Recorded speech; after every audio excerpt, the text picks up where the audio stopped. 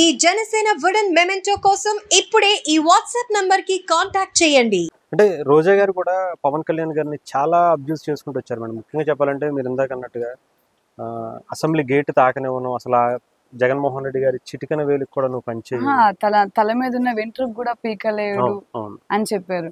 తల మీద ఉన్న వెంట్రుకలు సీటే తీసి పక్కన పెట్టేశారు ఇప్పుడు పవన్ కళ్యాణ్ గారు ఆమెకి. ఆయనకి మొత్తానికి ఇప్పుడు జగన్మోహన్ రెడ్డి ఎక్కడున్నాడో కూడా తెలియకుండా అయిపోయింది. ఇప్పుడు తల ఉంచుకొని కూర్చున్నారు, ఎందుకని చేసింది వాళ్ళ తప్పు కాబట్టి.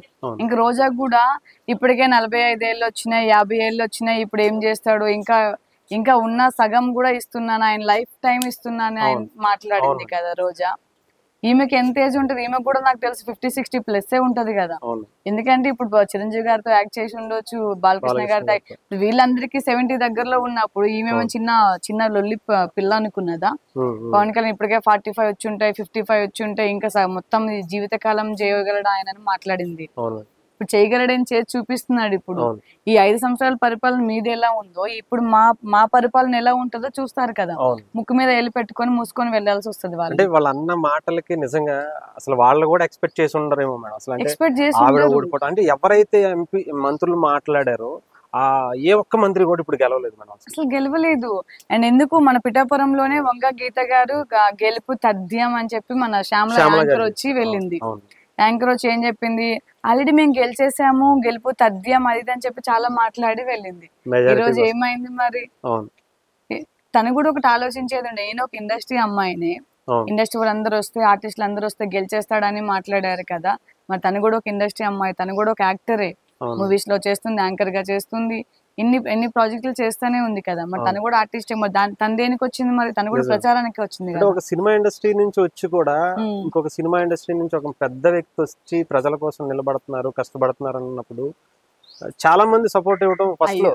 అయ్యో, ప్రీవియస్ వీడియో చూస్తే తన బిఫోర్ వీడియోలు చూస్తే తనే పవన్ కళ్యాణ్ గారిని పొగిడినట్టు వీడియోస్ ఉన్నాయి. ఇప్పుడు డబ్బు ప్యాకేజ్ తీసుకుంది వాళ్ళు అంటారా మేమంటారా? ఒకవేళ ప్యాకేజ్ తీసుకుంటే ఎంత మందికి ఇస్తారు ప్యాకేజ్ పవన్ కళ్యాణ్ గారు చెప్పండి. ఇంత మొత్తం ఇండస్ట్రీ కథలు వచ్చింది ఆయన కోసం, అంటే ఇండస్ట్రీ మొత్తానికి ప్యాకేజ్ ఇవ్వాలా పవన్ కళ్యాణ్ గారు? కానీ తను ఇప్పుడు వైఎస్ జగన్మోహన్ రెడ్డి తరఫు నుంచి అయితే ఒక్క ఆమెనే వచ్చింది ఆర్టిస్ట్ గా. ఆర్టిస్టులు ఎవరేం చేయలేదు. మరి తను ఎంత ప్యాకేజ్ తీసుకుని ఉంటది.